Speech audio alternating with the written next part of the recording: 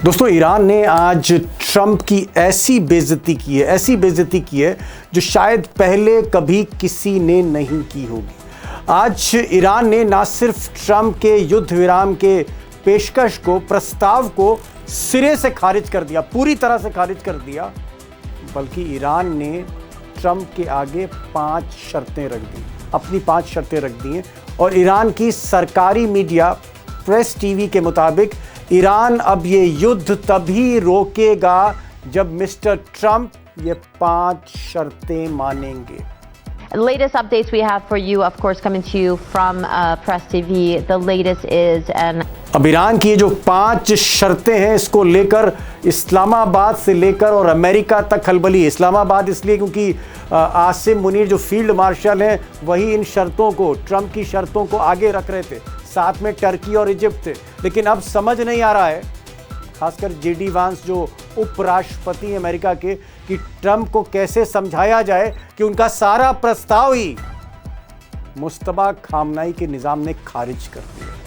अब दोस्तों, इन शर्तों को जो बहुत इंपॉर्टेंट हैं और जंग की दशा और दिशा तय करेंगी, इनको मैं आगे एक्सप्लेन करूंगा, आगे बताऊंगा। लेकिन पहले ये जान लेते हैं कि आज जंग में क्या क्या हुआ, कहाँ मिसाइल चली, कहाँ तबाही मची। लेकिन इसकी शुरुआत मैं अमेरिका से कर रहा हूँ, जहाँ ट्रंप के आदेश पर तकरीबन 2500 से लेकर 3000 पैरा ट्रूपर्स, यानी वो कमांडो जो पैराशूट से नीचे ज़मीन पर उतरते हैं जंग लड़ने के लिए, उनको ईरान रवाना किया जा रहा है, मिडिल ईस्ट रवाना किया जा रहा है। और ये खबर जब तेहरान पहुंची, उसके बाद ईरान की जो इस्लामिक सेना है उसने तो आज हंगामा ही खड़ा कर दिया, बवाल मचा दिया। आज सबसे बड़ा हमला, सबसे बड़ा निशाना साधा है ईरान की सेना ने अमेरिका के सबसे खौफनाक जंगी जहाज USS अब्राहम लिंकन पर। अब ये जो जहाज़ है USS अब्राहम लिंकन, इसमें हज़ारों सेलर हैं, यूएस नेवी के फाइटर जेट्स हैं, इसके ऊपर मिसाइलों से लैस है। ये इस वक्त गल्फ ऑफ ओमान पे है और प्रेस टीवी के मुताबिक इस पर आज ईरान ने मिसाइल से हमला किया है, जिसके बाद ये जहाज़ समंदर में पीछे हटने लगा। अब ईरान ने दूसरा बड़ा हमला नॉर्थ इराक, यानी उत्तरी इराक के एरिया में, जहां अरबिल शहर, बड़ा शहर है, वहाँ पर यूएस कंसुलेट, यूएस एम्बेसी का दफ्तर कह लीजिए, उस दफ्तर के बराबर में जो बिल्डिंग्स थी, इमारत थी, जहाँ पर काफ़ी फॉरेनर्स रहते, वहाँ पर हमला किया है, जिसकी वजह से पूरे शहर में आप कह सकते हैं दहशत फैल गई। वीडियो देखिए अल जजीरा के सौजन्य से।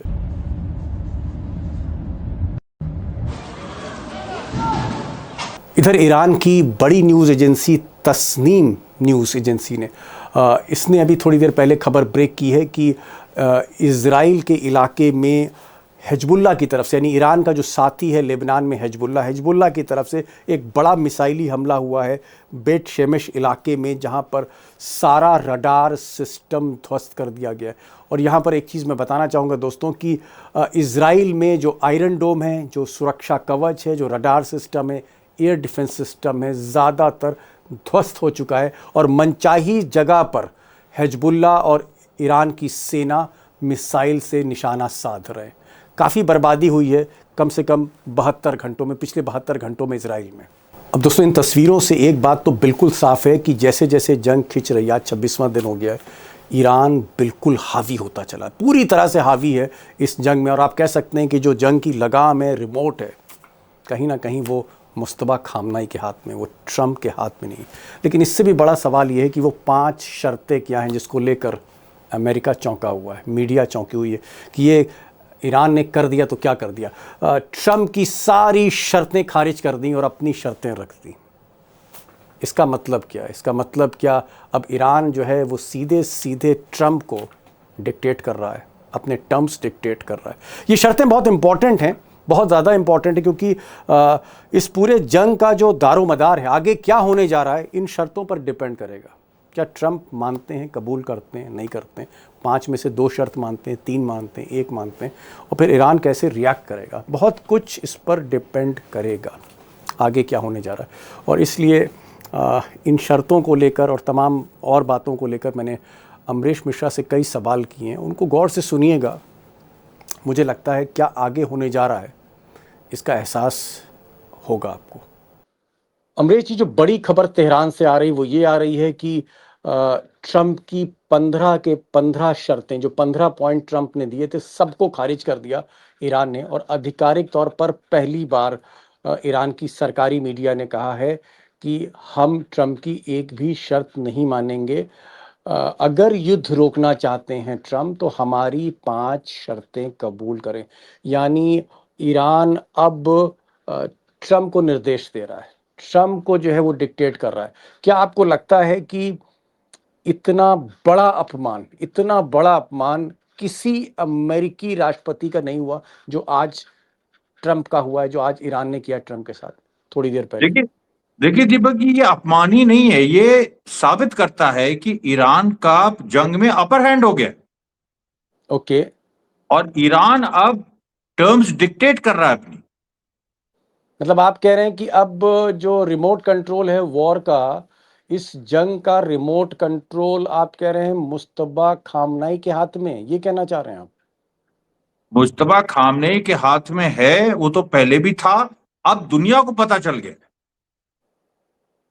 सार्वजनिक हो गया। नहीं, कोई ठोस कारण तो बताइए। अच्छा, आप ये बताइए कि ट्रंप ने 15 पॉइंट का प्रपोजल रखा, ठीक ईरान है। ने बदले में अपना 5 पॉइंट का रख दिया और कहा कि इस पे बात होगी, जो ट्रंप प्रपोजल दे रहा है उस पे बात नहीं होगी, बात इस पे होगी जो हम दे रहे हैं। मतलब अब आप ये कहना चाह रहे हैं कि ईरान एजेंडा तय कर रहा है, ईरान तय कर रहा है कि ये जंग रुकेगी नहीं रुकेगी।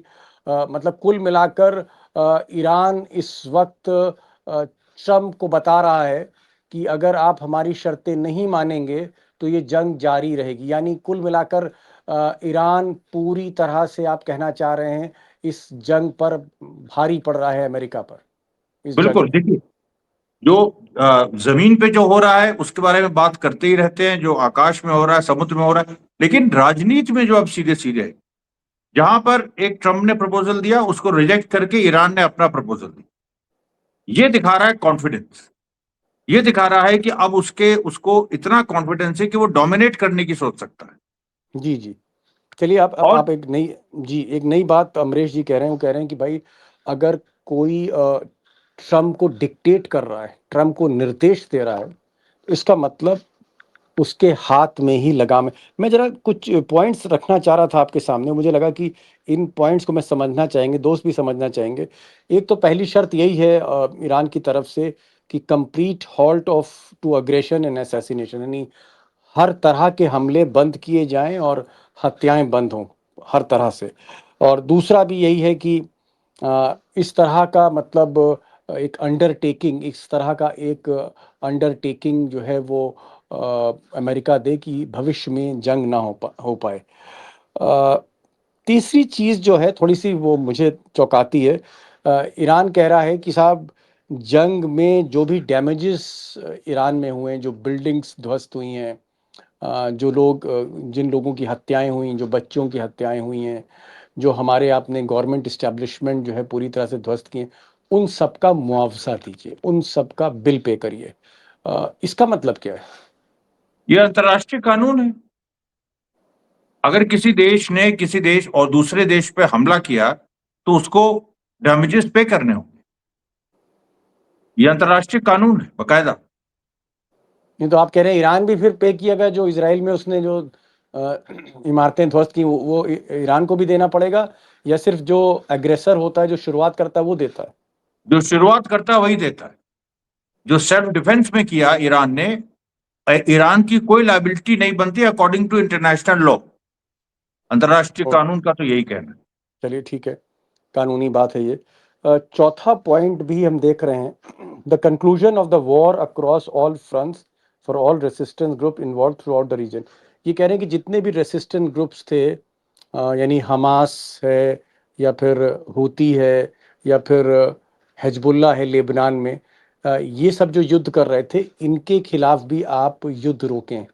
इसका क्या मतलब हुआ कि फिलिस्तीन का जो मामला है ये अब कोर इशू हो गया? देखिए, फिलिस्तीन के अगर देखा जाए तो फिलिस्तीन के मसले पर ही इमाम खामनेई शहीद हो गए, और ओके। उसके साथ साथ जो उन्होंने फिलिस्तीन के साथ लेबनान की बात की है, वो इसलिए की है कि हिजबुल्लाह ने जब गाजा की जंग चल रही थी 2 साल, तो हिजबुल्लाह ने अपना सब कुछ खो दिया। उनके भी चीफ शहीद हो गए, हसन नसरल्लाह। और अभी भी हिजबुल्लाह ने ईरान का साथ दिया और इजराइल पे अपनी तरफ से हमला कर दिया।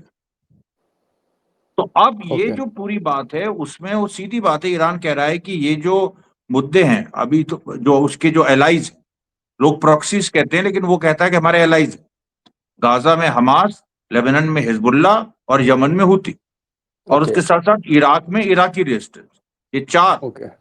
इसका मतलब अमरीश जी आप ये कह रहे हैं कि हमास के खिलाफ युद्ध नहीं करेगा इजराइल, हिजबुल्लाह के खिलाफ युद्ध नहीं करेगा, वहाँ हमले नहीं होंगे, फिलिस्तीन का एक शांतिपूर्ण समझौता हो, ये भी टर्म्स ईरान डिक्टेट कर रहा है कि ये जंग तभी रुकेगी जब इजराइल लिख कर दे, अमेरिका लिख के दे कि अब हम हमास पर हमला नहीं करेंगे, हम फिलिस्तीनियों पर हमला नहीं करेंगे, हम हिजबुल्लाह और उनके लोगों पर, उनके समर्थकों पर हमला नहीं करेंगे, यानी लेबनान पे हमला नहीं होगा, गाजा पे हमला नहीं होगा, ये भी लिख बिल्कुल के दीजिए, 100%, ये कह रहा है ईरान। बिल्कुल। और कहीं भी हमला नहीं होगा, इसमें देखिएगा ये भी आ जाएगा कि जो सीरिया में इजराइल घुसा है वो भी वापस आए। एक पांचवा पॉइंट है जो आखिरी पॉइंट है, और ये आखिरी पॉइंट बड़ा इंपॉर्टेंट है दोस्तों। यहाँ पर ईरान का कहना है, Iran's exercise of sovereignty over the straight of Hormuz is and will remain Iran's natural and legal right. Hormuz की खाड़ी पर ईरान का कब्जा उसका अपना हक है, अपना अधिकार है। ये कब्जा था, ये कब्जा है, ये कब्जा रहेगा। तो क्या इसका मतलब अमरीश भाई ये हुआ कि जो ट्रम्प कह रहे थे कि भाई हॉर्मुज की खाड़ी में दोनों भाई मिलकर, मतलब हम और खामनाई मिलकर सुप्रीम लीडर के साथ और अमेरिका दोनों पार्टनरशिप में स्ट्रेट ऑफ हॉर्मुज को कंट्रोल करेंगे, लेकिन ईरान कह रहा है कि नहीं, अमेरिका पार्टनर नहीं बनेगा, हम अकेले कंट्रोल करेंगे, ये कहना चाह रहा बिल- है। बिल्कुल बिल्कुल, ईरान कह रहा है कि इसमें हमें किसी का भी हस्तक्षेप नहीं चाहिए, ये हमारा बैकयार्ड है, हम कंट्रोल करेंगे। अमरीश भाई ये जो 5 शर्तें हैं, इससे साबित क्या हो रहा है कि क्या ट्रम्प अब इस युद्ध में बहुत डिसाइसिव पोजीशन पर नहीं है, ट्रम्प इस युद्ध में बहुत निर्णायक स्थिति में नहीं है, यानी सब कुछ इस युद्ध में अब ईरान तय कर रहा है। सब कुछ इस युद्ध में ईरान ही तय कर रहा है। जब से ट्रम्प पीछे हटे हैं, जो उन्होंने पावर प्लांट को बॉम्ब करने की, ईरान के पावर प्लांट को बॉम्ब करने की धमकी दी थी, फिर 5 दिन का टाइम उन्होंने कहा हम नहीं करेंगे, उसके बाद से ईरान हावी है। और तब तक हावी रहेगा मेरे ख्याल से जब तक ट्रम्प कोई ग्राउंड इन्वेजन नहीं करते। ओके, अब यहाँ पर एक मैं दूसरा मसला कर रहा हूँ, ठीक है, 15 पॉइंट ट्रम्प ने रखे, ट्रम्प ने प्रस्ताव दिया कि भाई हम युद्ध रोकना चाहते हैं, ये हमारे पॉइंट्स हैं, और अगर खामनाई साहब मान जाते हैं तो युद्ध रुक जाएगा। खामनाई साहब ने, मुस्तफा खामनाई ने सारे के सारे ट्रम्प साहब के जितने पॉइंट्स थे उसको फाड़ के रद्दी की टोकरी में डाल दिया, और उन्होंने कहा कि साहब ये 5 हमारी शर्तें हैं, ये कबूल कर लीजिए तो हम युद्ध रोक सकते हैं। तो मुझे तो नहीं लग रहा है कि ट्रम्प अब इसमें, क्योंकि बहुत मुश्किल शर्तें हैं कि साहब आप हिजबुल्लाह पे अटैक नहीं करेंगे, आप हमास पे अटैक नहीं करेंगे, आप सीरिया पे अटैक नहीं करेंगे, आप हॉर्मुज़ की खाड़ी में दखल नहीं देंगे। तो ये तो मतलब सीधे सीधे ट्रम्प को पूरी तरह से ना सिर्फ उनकी बेइज्जती है, बल्कि ट्रम्प को ये बताया जा रहा है कि आप कुछ भी नहीं है, यू आर नथिंग। मुझे ऐसा लगता है कि ट्रम्प भी ये शर्तें नहीं मानेंगे, ऐसा मुझे लग रहा है, डाउट है मुझे कि ट्रम्प नहीं मानेंगे और वो इस जंग को आगे ले जाना चाहेंगे। क्या आपको लगता है कि ट्रम्प इस युद्ध को फिर से मैदान में उतरेंगे? क्या आपको लगता है फिर से एक महाजंग होने जा रही है, क्योंकि दोनों साइड एक दूसरे की शर्तें मानने को तैयार नहीं है? देखिए, ट्रम्प अब इस स्थिति में है कि अब वो जंग अगर शुरू करेंगे तो वो पीछे नहीं हट सकते। तो इसलिए वो बहुत, मेरे ख्याल से वो 5 दिन की मियाद और बढ़ाएंगे भी, क्योंकि उनकी फोर्सेस वो जो रीडिप्लॉयमेंट, जो रीग्रुपिंग हो रही है, वो अभी प्रक्रिया चल रही है, वो खत्म नहीं हुई। तो ट्रम्प तो अभी बैकफुट पे रहेंगे मेरे ख्याल से एटलीस्ट अगले हफ्ते 2 हफ्ते, अगर उन्होंने कोई बहुत जल्दी ग्राउंड इन्वेजन नहीं कर दिया तो, और उसमें बहुत बड़ा खतरा है। चलिए, अब मैं एकदम एकदम मतलब उस सवाल पे आ जाता हूँ जो शायद पूरी दुनिया जानना चाह रही है। चलिए भाई, मैंने मान लिया कि बातचीत फिर टूट जाएगी, और बातचीत हर बार टूटी है, क्योंकि ईरान की शर्तें और अमेरिका की शर्तें दोनों तरफ से इतनी मुश्किल शर्तें हैं कि कोई भी मानने को तैयार नहीं है। तो ये एक ऐसी मतलब एक ऐसा रिश्ता है जिसको टूटना ही टूटना है। क्या अगर जंग होती है और ट्रंप जो खार्ग आइलैंड है उस पर कब्जा कर लेते हैं, उनकी फौज वहाँ चली जाती, जो कमांडो 3-4 हज़ार कमांडो पहुँच रहे हैं मिडिल ईस्ट में अमेरिका के, अगर ये वहाँ पर कब्जा करते हैं, तो क्या आपको लगता है कि ईरान बहुत ज़बरदस्त पलटवार करेगा? और जैसे मैंने पहले भी कहा था कि अगर जंग अब होती है दोबारा एक 5 दिन के इंटरवल के बाद, तो बहुत बड़े पैमाने पे खून खराबा होने जा रहा है। ये तो बिल्कुल सही बात है कि अगर अभी जंग होती है तो बहुत ही ब्लडी होगी। सेकेंड वर्ल्ड वॉर के लोगों को याद आ जाएगी, जैसे उस समय जंगे हुआ करती। वो दुनिया जो देखेगी अब, वो उसने 1945 के बाद कभी नहीं देखा। इसमें कोई दो राय नहीं। और इसमें देखिए, ट्रंप कब्जा कर लेंगे ये नहीं कहा जा सकता। कब्जा करने की कोशिश करेंगे, उसमें रेजिस्टेंस होगा, और उस रेजिस्टेंस में कुछ भी हो सकता है। ट्रंप हार भी सकते हैं। ईरान की इस्लामिक सेना ने 2 घंटे 3 घंटे पहले बयान दिया है कि अगर ट्रंप के कमांडो हमारी ज़मीन पर उतरे, अगर ट्रंप के पैरा ट्रूपर्स हमारी ज़मीन पर उतरे, तो एक भी कमांडो जिंदा नहीं यहाँ से जाएगा, एक भी कमांडो बचेगा नहीं। इस धमकी में आपको कितना दम लगता है और आपको क्या लगता है कि बड़े पैमाने पर अमेरिकी जवानों की मौत हो सकती है, वो हताहत हो सकते हैं? क्योंकि देखिए, ज़मीन पर लड़ना और आसमान में लड़ना बहुत फ़र्क है।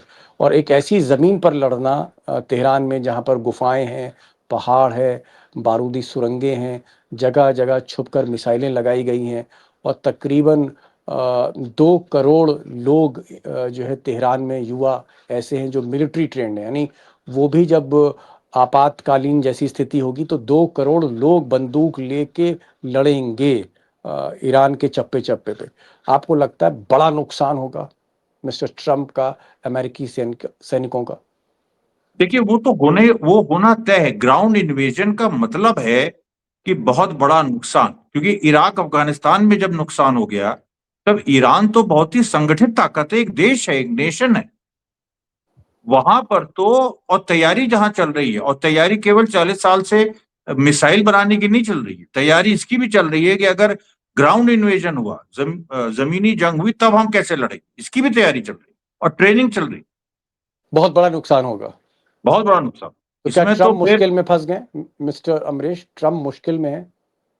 भाई, ट्रंप तो अब समय बहुत बड़ी मुश्किल में है। मतलब इससे वो कैसे निकलेंगे, मेरे ख्याल से अगर उनकी सेना ने कह दिया कि हम नहीं लड़ सकते इस टेरेन पे, तभी तब तो कुर्सी ना चली जाए मतलब, कहीं? हाँ, फिर मतलब तो हो उनकी सकता है कुर्सी चली।